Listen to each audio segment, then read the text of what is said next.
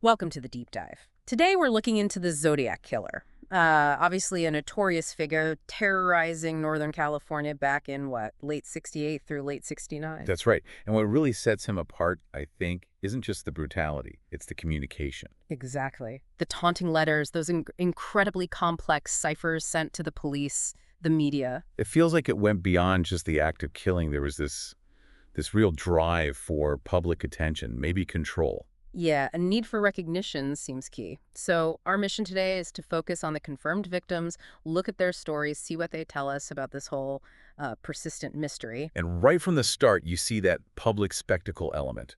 I mean, unlike killers maybe driven purely by internal urges, the Zodiac's constant need to communicate, to send proof that points directly at wanting an audience. It's a disturbing thought.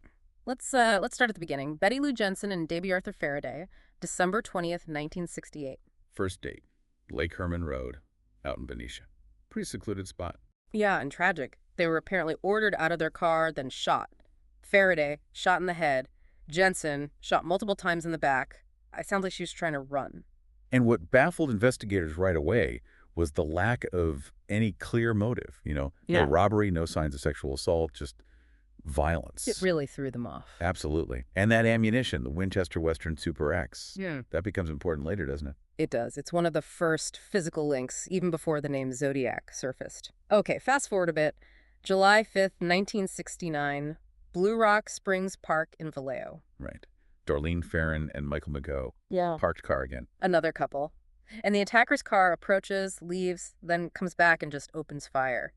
A 9mm pistol this time. Ferrin was killed. Mm-hmm. But McGough incredibly survived, despite really serious injuries. And this is where it shifts, isn't it? The communication starts. Yeah, big time. Within an hour, someone calls the Vallejo PD, claims responsibility not just for Ferrin and McGough, but links it back to Jensen and Faraday too. So this is basically the birth of the Zodiac persona, the first direct contact. Exactly. He steps out of the shadows, so to speak. And McGough living is huge, provides that crucial eyewitness account later. Which brings us to September 27th, 1969, Lake Berryessa, Napa County. This one is, well, bizarre. Oh, definitely. Yeah. Cecilia Shepard and Brian Hartnell just having a picnic by the lake. And they're approached by this figure wearing a black, executioner-style hood with sunglasses over the eye holes and the Zodiac cross-circle symbol on the front. The theatricality is just off the charts. He tells them he's an escaped convict, needs their car. Then ties them up and stabs them, repeatedly. Shepard tragically dies later, but Hartnell survives. Another survivor. And the killer leaves his mark, literally, draws the symbol and the dates of the previous attacks right there on Hartnell's car door. And makes another phone call.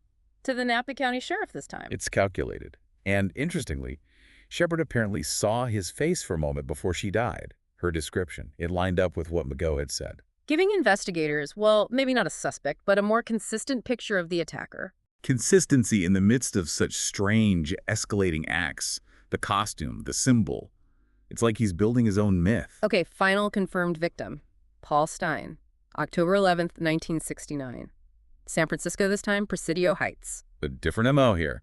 A taxi driver picked up as a fare. Shot in the head. Again, a 9mm. Apparently after the killer asked to be driven past the intended address. And this time, things were taken. Wallet, keys. But crucially, a piece of Stein's blood-stained shirt was torn off. Right, because that piece shows up later. Teenagers saw someone leaving the scene. Police even had a brief encounter nearby with someone matching the description, but let him go. One of those frustrating near misses. And then, yeah, a letter arrives at the San Francisco Chronicle. Containing that piece of Stein's shirt. Undeniable proof. Just blatant taunting. Moving into the city, killing a lone male victim, nearly getting caught, and then sending physical evidence. The audacity is escalating. So looking back at just these confirmed victims, you see this horrifying pattern, the brutal, sudden violence. Coupled with this undeniable, almost desperate need for public recognition. From isolated lovers' lanes to a city street corner, the methods change slightly, but that communication, that taunting, it's constant. It really is. And it leaves us with that same persistent question, doesn't it? What kind of person commits these acts and then orchestrates the aftermath like this? with such precision. It's chilling, the lack of a definitive answer after all this time. He absolutely is. And you think about the impact, right? How these unsolved crimes, especially ones with this level of direct perpetrator engagement, just lodge themselves in the public consciousness. Yeah. Why do we remain so fascinated by these figures, by the Zodiac himself? It's a question worth pondering. A powerful thought to end on. Thanks for walking through this with us.